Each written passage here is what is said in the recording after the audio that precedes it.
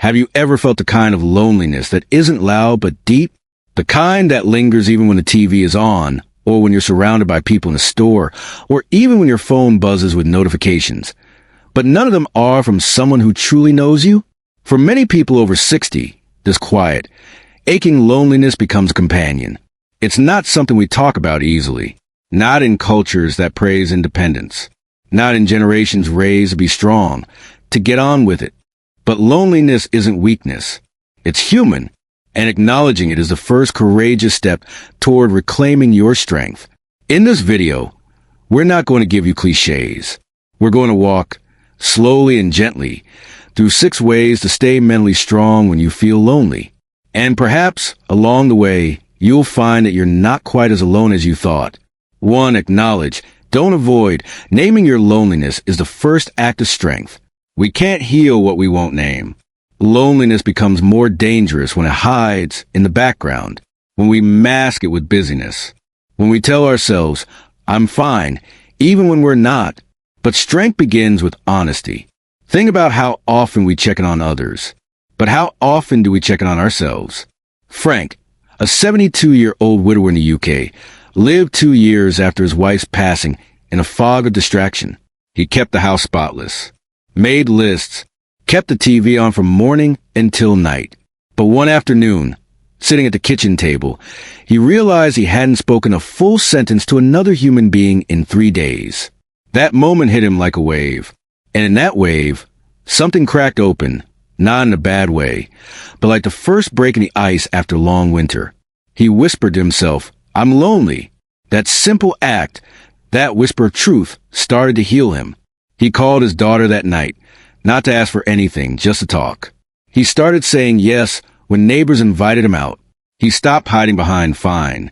Loneliness is not shameful, but hiding it can isolate us even more. Speak it, name it, and you'll find your footing again. 2. Build micro-connections. Small interactions matter more than you think. Not every connection needs to be deep. Some just need to be real. We often think we need strong friendships to feel whole. But in truth, the brain responds powerfully even to brief, warm human interactions. Margaret, a 68-year-old retired librarian in Australia, felt invisible after she stopped working. She missed being greeted, missed the daily smiles. So she started visiting the same cafe every Wednesday. She never expected it to change her life. At first, it was a ritual, coffee and a crossword. But over months, the young barista remembered her name. Then her order. They chatted briefly about her garden, and eventually about her son's new baby. Micro-connections are like droplets of water on dry soil. They don't flood us, but slowly, they bring life back to surface. Even saying good morning to the mail carrier, complimenting someone's scarf, making eye contact at the market. These are small acts of courage, and each one chips away at the wall of isolation. Don't underestimate the power of tiny kindnesses. They're lifelines. 3. Move your body to move your mind. Physical motion rekindles mental strength. When we feel lonely, our thoughts can spiral. Our energy dips. Our sense of time becomes hazy. But there's one powerful, often overlooked tool within arm's reach. Movement. Robert, 66, a former high school teacher from California, felt heavy and foggy after his wife left. He didn't want to go to therapy, but he could walk. So he started walking the same path around the block every morning at 7 a.m. At first, he said nothing, nodded to no one, just walked. But after 2 weeks, he noticed another walker, then another. Eventually, they began exchanging hellos, then comments about the weather, then full conversations. Moving his body helped shift his mind. He began sleeping better, thinking more clearly, and most importantly, he felt alive again. You don't have to run a marathon. Just open the door, step outside, let your body tell your mind, we're still here. 4.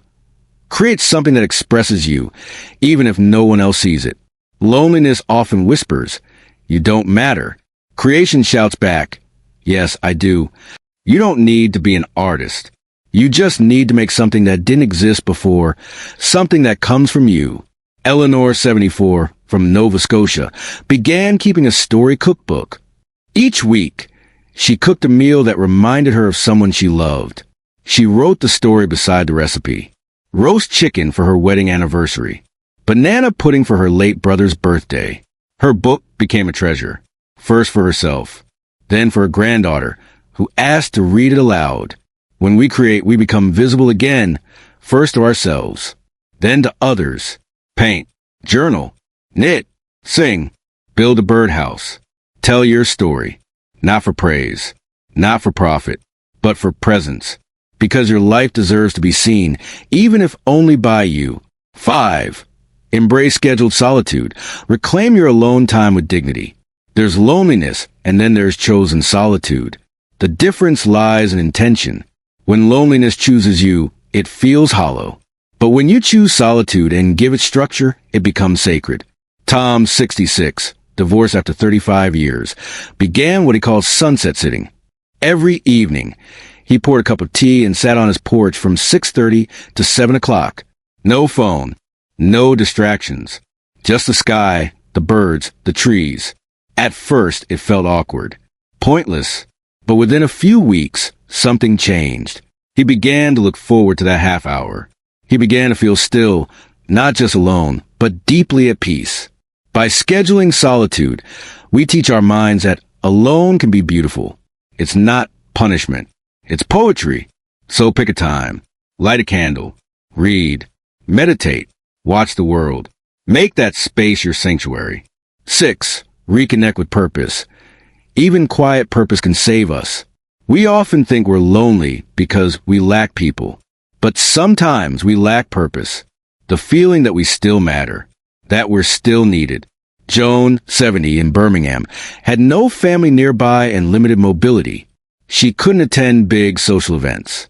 But she began crocheting baby blankets for a women's shelter. Each stitch gave her a sense of agency, of contribution, of quiet pride.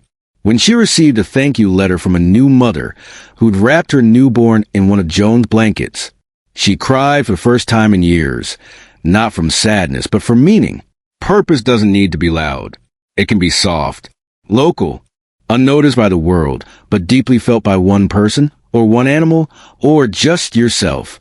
Volunteer, mentor, plant, teach, pray, give something of yourself, and you'll find pieces of yourself coming back. Take a breath and reflect. Which of these stories or practices spoke to your heart today? Was it the cafe conversation? The sunset sitting? The tiny crochet blanket that changed someone's life? Loneliness is not a sign that you're broken. It's a sign that you're human. And the fact that you're here, listening, reflecting, learning, is proof that your strength is still very much alive. You don't need to fix everything today. But maybe today, you could reach out, or take a walk, or write a page, or simply say to yourself, I'm lonely, and I'm okay, and I am not alone. If this video brought you peace or perspective, we would love for you to leave a comment. What helps you stay strong when you feel alone? You never know who your words might comfort. Please like, share, and subscribe, not for numbers, but for connection. Because in this community, you are seen. You are heard. You are never truly alone. Thank you for being here.